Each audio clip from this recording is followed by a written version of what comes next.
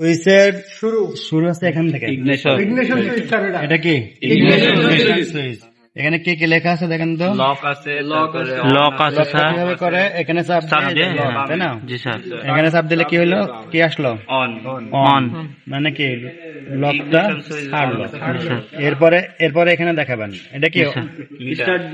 এই দেখেন total accessories গুলো অন হলো। এসিসি লেখা আছে না কেন? কি লেখা আছে? এসিসি অল অ্যাক্সেসরিজ, সবগুলো কি কানেক্ট পাইছে? প্রথম হচ্ছে খালি অন করলাম। জি স্যার। অন করলাম মানে কি আমার কি হয়েছে? কানেকশন আসছে, মানে বিদ্যুৎ আসলো। যখন আমি আরেকটা সুইচ দিব তখন সব অ্যাক্সেসরিজ গুলো অন হয়ে যাবে। তারপরে শেষ পর্যায়ে যখন দিব তখন ইঞ্জিন স্টার্ট হয়ে গেল। এই ইগনিশন এটা হর্ন সুইচ। জি স্যার। হর্ন মানে কি ভ্যাপো বাজান? জি স্যার। স্ক্রিন টাচ জি না, স্ক্রিন প্রেস করা লাগবে। এটা কি প্রেস করা, যেখানে চাপে সেখানে কি বাজবে। কি বাজবে? হর্ন বাজবে।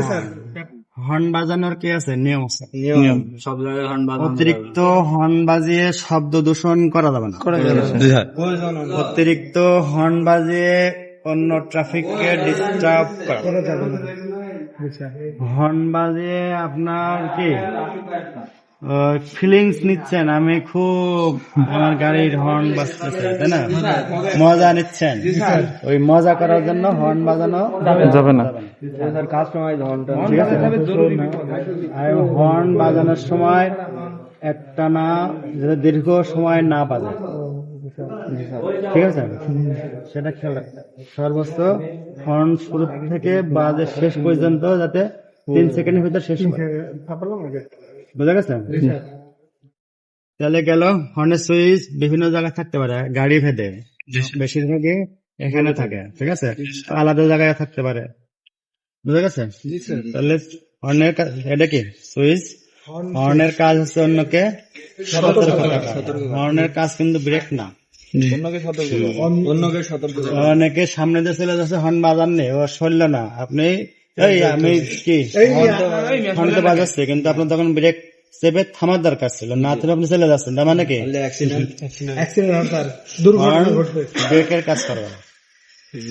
ব্রেকের কাজ হর্নে করবে না। এরকম ঘটে, যারা নতুন ট্রেনিং করতে যায় তাদের এই সমস্যাটা হয়। মানে আমি হর্ন বাজাইছি, ব্রেক না চেপে হর্ন বাজাই চলেই যাচ্ছে, ঠিক আছে? এটা করা যাবে না। তারপরে এদিকে অনেকগুলো পয়েন্ট আমাদের অন্যান্য গাড়িতে থাকে, এখানে যেহেতু নেই, এটা আলাপও নেই। এটা না, এই পাশটা শেষ করি। এটা হচ্ছে কম্বিনেশন সুইচ বা কম্বাইন্ড সুইচ। এটা কম্বিনেশন সুইচ বা কম্বাইন্ড সুইচ, এটার সাথে অনেকগুলো সুইচ আছে। প্রথম যেটা ধরি, আমার হাত স্টিয়ারিং এ থাকবে, এইভাবে দিলে আমি একটু সুইচটা দিয়ে দেখাই। এ দেখেন এখানে লাইট জ্বলতেছে, কি বামে ল্যাম্প জ্বলতেছে, মানে কি বামে যাব। আবার এই পাশে এখানে সেভাবে দিলাম, আমি হাত দিয়ে এরকম না, আমার হাত দিয়ে দিলে এটার প্রেসার পড়ে, প্রেসার দেওয়ার দরকার নেই, ঠিক আছে? আঙুল দিয়ে নর্মালি যে আমি যখন ডান দিকে দিব তখন এটা ডানে জ্বলতেছে, ঠিক আছে? আবার যখন এইভাবে ছেড়ে দিব অফ হয়ে যাবে, আবার যখন বামে দিব বামে জ্বলতেছে, ঠিক আছে? এরকম অনেকে হাত দিয়ে এরকম করে দেয়, হাত দিয়ে দেয়। আমার হাতের জায়গায় থাকবে, হাত আমার স্টিয়ারিং এ থাকবে, আমি এটা কি করে দিব, তাহলে কি আমার স্টিয়ারিং এর কন্ট্রোল ঠিক থাকলো, প্লাস এইটার উপরে আমার প্রেসার পড়লো না। বুঝা গেছে? আমি যদি হাত দিয়ে এভাবে দিতে যাই, এটার উপর কি প্রেসার পড়বে, একটা সময় এটা নষ্ট হয়ে যাবে।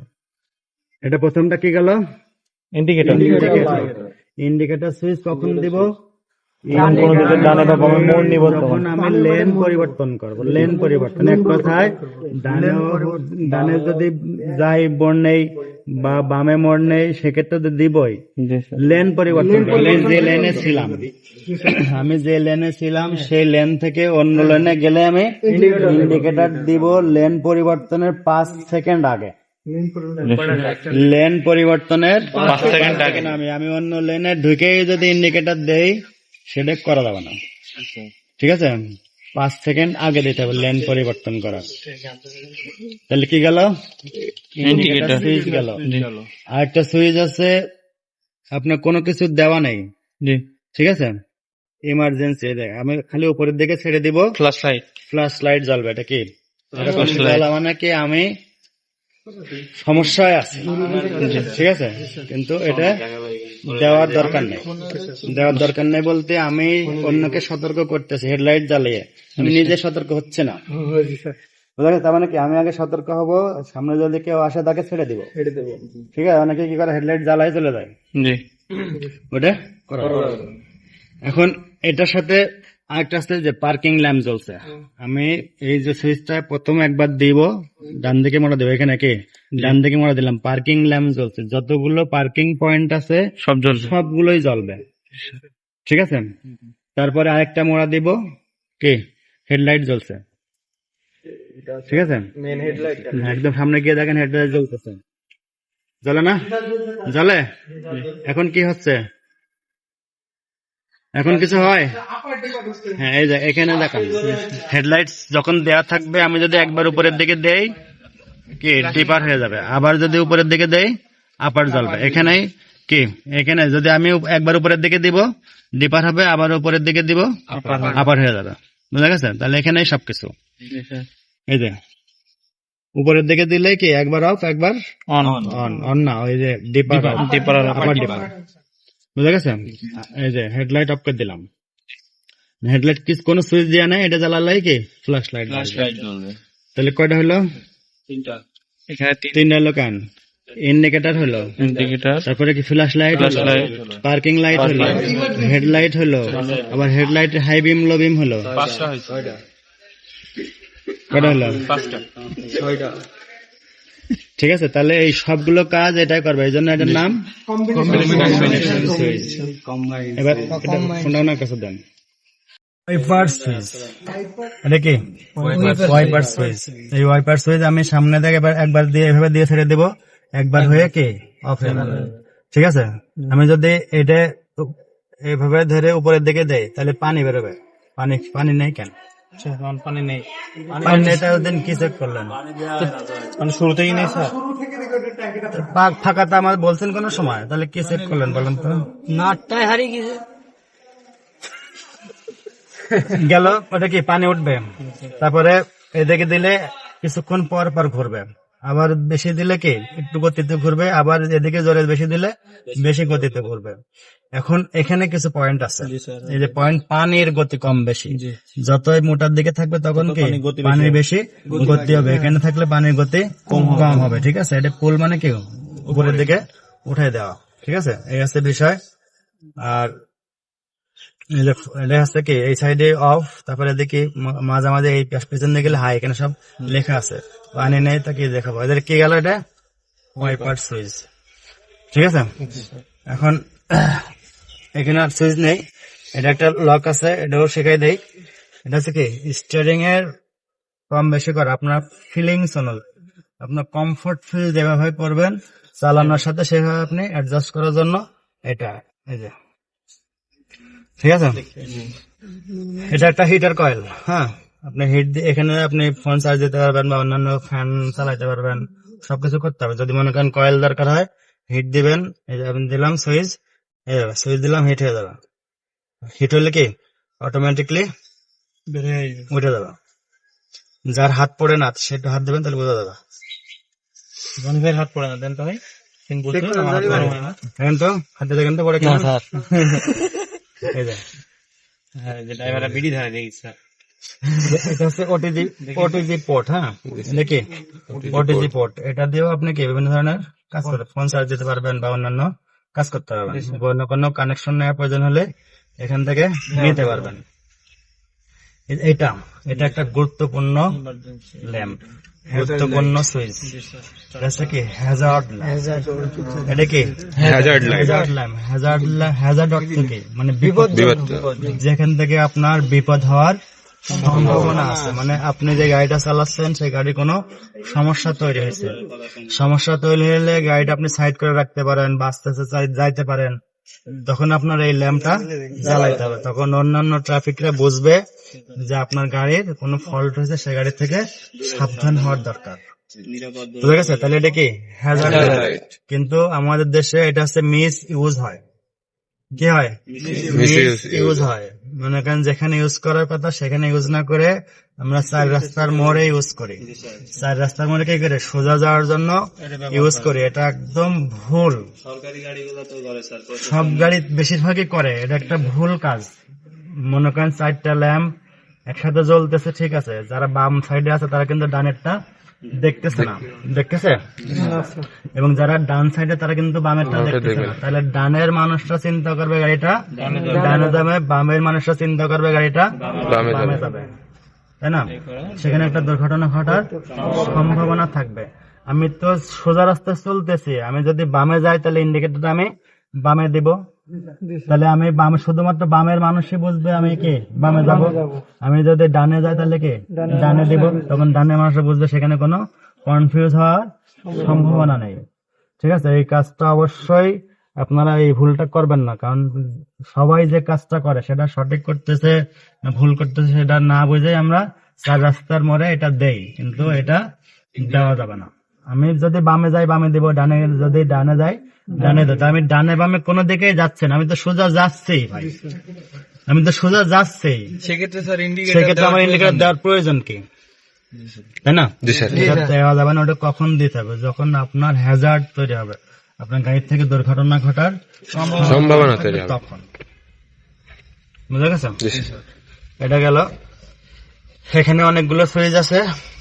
এটা হচ্ছে রেডিও সুইচ, রেডিওর আবার আপনার AM FM রেডিও, ঠিক আছে, তারপর ডিস্ক সুইচ, এগুলো করার জন্য গেল। রেডিওর মেনু, এগুলো সব কি রেডিওর ফাংশন। এটা হচ্ছে এসির কুল, মানে কুলিং এর, ঠিক আছে। এটা দিয়ে যদি আমি ইঞ্জিন স্টার্ট, এটা দেওয়ার পরে দেখেন ইঞ্জিন স্টার্ট করলাম, করে এই সুইচটা দিলাম, তার মানে কি আমার এসিটা অন হলো। কিন্তু এসি অন হলেই হবে না, বাতাস আসতে হবে, এসি থেকে ঠান্ডা বাতাসটা আসতে। এটা হচ্ছে আমার ফ্যানের সুইচ। এটা কি ফ্যানের সুইচ, ঠিক আছে, কি ফ্যানের সুইচ। আমার এখান থেকে বাতাস যখন আসবে তখনই ঠান্ডা হবে, কিন্তু এসি চলতেছে, আর এসি চলার পরে আমি কি দিলাম না, সুইচ দিলাম না, তাহলে বাতাসটা কিন্তু আসবে না। বাতাস না আসলে আমার ভিতরে ঠান্ডা হবে না, ঠিক আছে। এখন এই বাতাসের স্পিড কমানোর নামানো বেশি করার জন্য এই পর্যন্ত, ঠিক আছে। যত বেশি বাতাস আসবে তত বেশি ঠান্ডা হবে। এবং এই এসি চালানোর সময় একটা সতর্কতার বিষয় হচ্ছে, ইঞ্জিন স্টার্ট করার সাথে সাথে এসি সুইচ দেওয়া যাবে না, কিছুক্ষণ ওয়েট করতে হবে।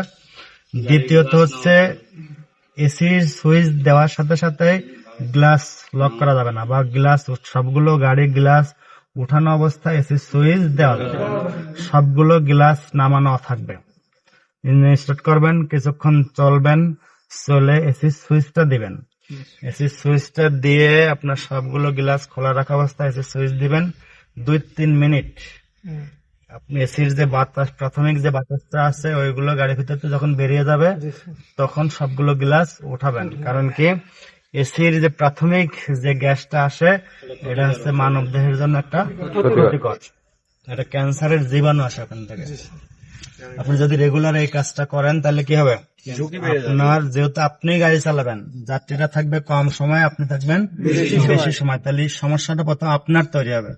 তাহলে এইটা আপনাকে খেয়াল করতে হবে। যদি কোনো অফিসার বলে যে তুমি এই কাজটা কেন করতেছো, তারা এই জিনিসটা বোঝাবেন স্যার আসলে আপনার ভালোর জন্য করতেছি, তখন আপনার নিজের ভালো বলবেন না, আপনার ভালোর জন্য করতেছি।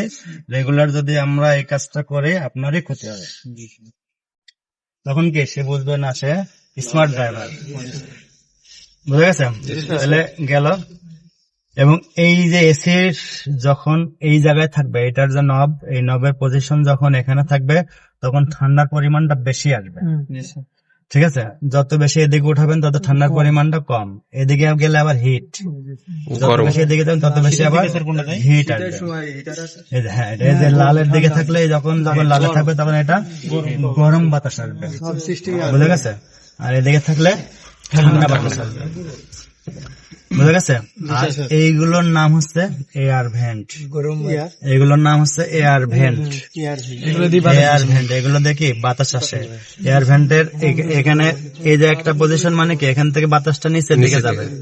আবার এটা যদি এরকম করে দিই বাতাসটা উপরের দিকে যাবে। আবার এটা যদি এরকম করে দিই এই বাতাসটা এদিকে যাবে। এটা যদি আমার দিকে ঘুরাই দেই তাহলে কি আমার দিকে আসবে। এটা যদি এদিকে ঘুরাই দিই বাতাসটা এদিকে যাবে। আপনার প্রয়োজন অনুযায়ী সবগুলো সেম, সবগুলো সেম। এখন এটা হচ্ছে এই যে বাতাসটা আমার এখানে কি আছে, মাথার চিহ্ন দেখাচ্ছে। যদি এই পয়েন্টটা, এই নবের পজিশনটা যদি এখানে থাকে তাহলে কি আমার বাতাসটা শুধুমাত্র উপর থেকে আসবে না, আমার খালি মাথায় লাগবে। যদি এই জায়গায় থাকে তাহলে কি মাথায়ও লাগবে, আবার পায়ের দিকে থেকে আসবে, একদম পায়ের থেকে নিচের দিকে, নাকি পায়ের চিহ্ন, পায়ের মাথা, পায়ের দিক থেকেও মানে নিচ থেকেও আসবে বাতাস, আবার উপর থেকেও আসবে। আর এখানে রাখলে শুধু পায়ের দিকে লাগবে, শুধুমাত্র পায়ের দিকে আসবে, ঠিক আছে? আর এটা এদিকে এর পাশে যাবে না। এটা হচ্ছে এটা হচ্ছে যখন কুয়াশার সময়, ঠিক আছে, ভিতরে কি হয়, ঘেমে যায়, ঠিক আছে, ভিতরে কি অন্ধকার হয়ে যায়, ঘেমে যায়, একবারে দেখা যায় না, কাজ ঘোলা হয়ে যায়। সেটার জন্য এই সুইচটা দিয়ে এগুলো কাজ করবে, ঠিক আছে? এই সুইচটা দেওয়া থাকলে ওটাকে প্রোটেক্ট করবে, বুঝা গেছে? এই হচ্ছে গেল সব সুইচ। আর এটা হচ্ছে এসির দেওয়া অবস্থায়, অনেক সময় বাইরে প্রচুর গরম, ঠিক আছে, তখন এসির বাতাসটা আপনার শুধুমাত্র ভিতরে সার্কুলেশন করলে বাইরের হিটটা আপনার আসবে না, ঠিক আছে? এখন আপনার বাইরে বৃষ্টি হচ্ছে, ঠান্ডা আবহাওয়া, ঠিক আছে, তখন যদি আপনার বাইরের এর সাথে তাপমাত্রার সাথে ভিতরে কম বেশি হয়, সেক্ষেত্রে কি গ্লাস ঘোলা হয়ে যাবে। এবং এই বাইরের সবসময় কি হয়, বাইরের বাতাসগুলো বিশুদ্ধ বাতাস, আর এসির ভিতরে সবসময় কি ভিতরেই সার্কুলেশন হয়, সেটা কি স্বাস্থ্যের জন্য ক্ষতিকর। তখন আপনি এইটা এই জায়গায় দিয়ে চালাবেন বৃষ্টির সময় বা ঠান্ডার সময়, তখন বাইরের আবহাওয়ার সাথে আপনার ভিতরের আবহাওয়াটা ম্যাচিং করে চলবে, বুঝা গেছে? এই হচ্ছে বিষয়। এই গেল সুইচ।